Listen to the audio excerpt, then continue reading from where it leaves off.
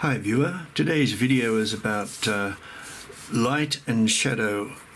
So first I'm going to draw a quick tone chart which I recommend that you make. In this video I'm going to show you various ways we can depict the head using different light sources. Later on I'm going to review part of James Gurney's book, which I think you'll find very, very helpful. So stick around, and at the end I'll show three different ways we can use light, and I'll draw something that'll be quite interesting for you a little bit later on. But stay tuned.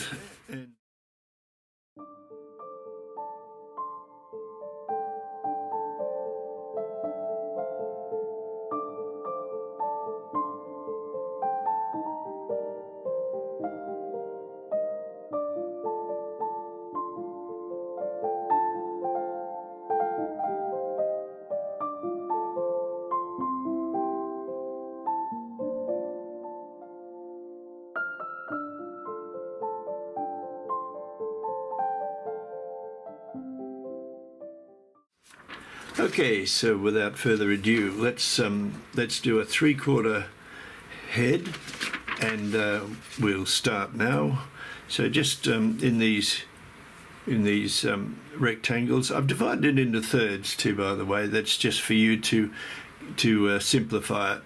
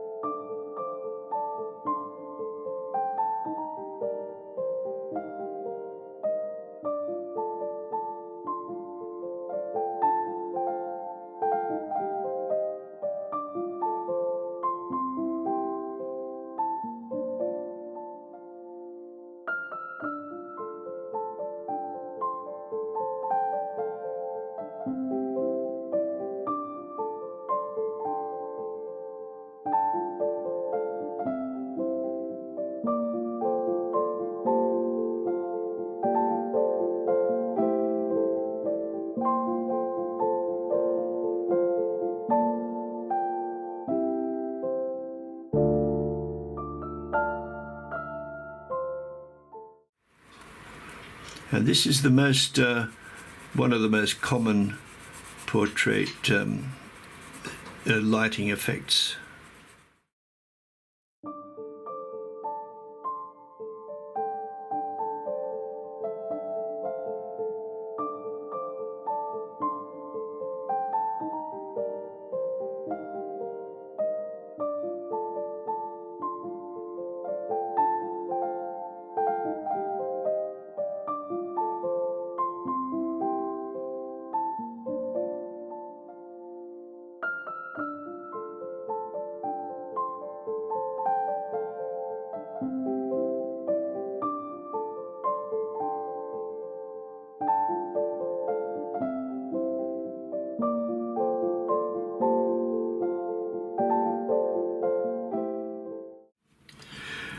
I've gone on and finished, or not perfectly finished, but brought it to its fullest tone necessary to make it a three-dimensional form. And I've drawn up the same head, and this time we'll do a left backlight. So this will be a very dramatic one, and so should be very interesting for you. So let's begin.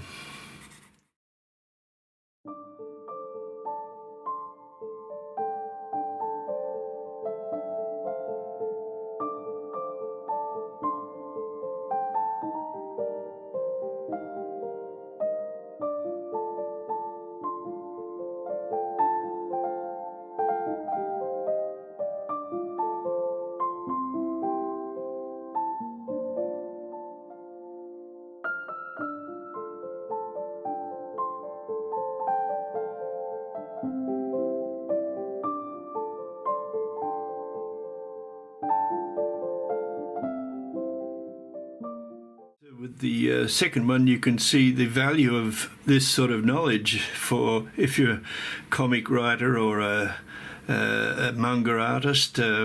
and you'd like to, pursue this sort of thing. There's a very good sense of drama in there.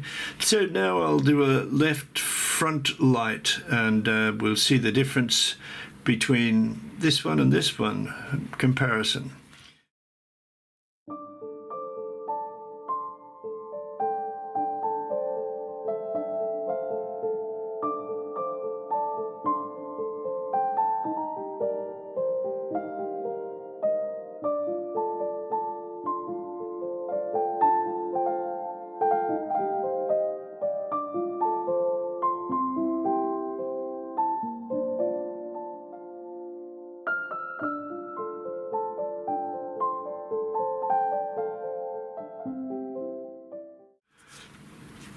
So here we have it, the last of these three. I'm going to, this would also be very useful for portraiture, but I'm going to do an interesting drawing here of a Japanese lady, and I think you'll find it quite interesting. I'll use a very different form of lighting effect, but I'd love to talk about this book with you. This is Colour and Light, and it's by James Gurney, who created Dinotopia.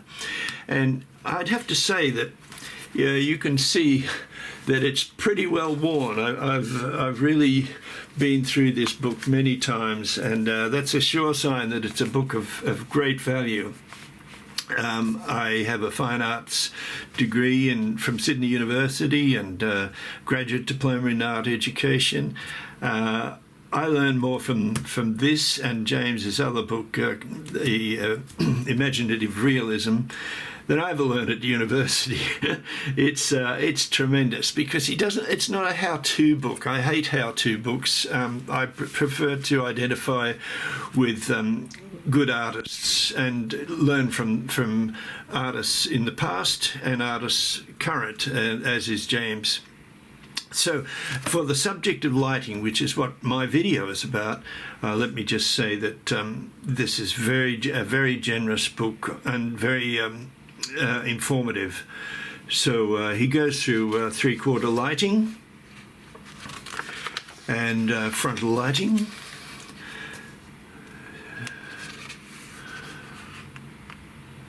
It's just so interesting.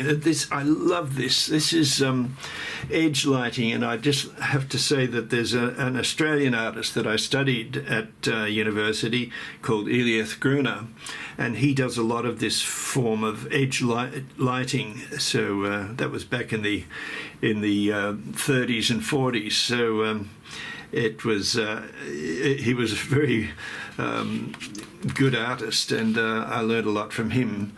But this is wonderful, edge lighting, so dramatic and interesting. And this contre-jour, also a very interesting lighting effect. It's lighting from the back, where the subject blocks out the light.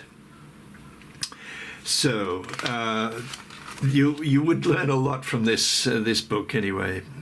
Lighting from below, and I've seen other examples that James uses in this reflected light.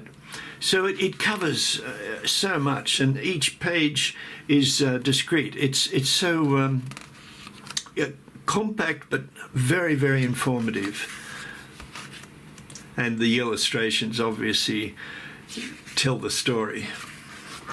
So I'd love to recommend that book to you, and I'll leave a link in the description.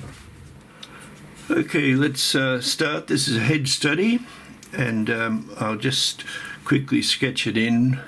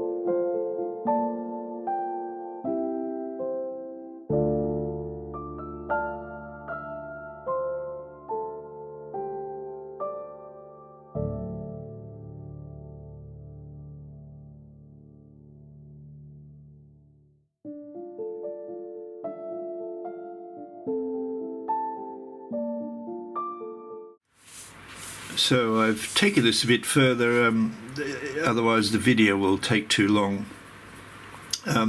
With this picture, I want to take it slowly in a way. That's why I did a little bit of work out off camera, because I believe that in certain pictures you don't want to rush things.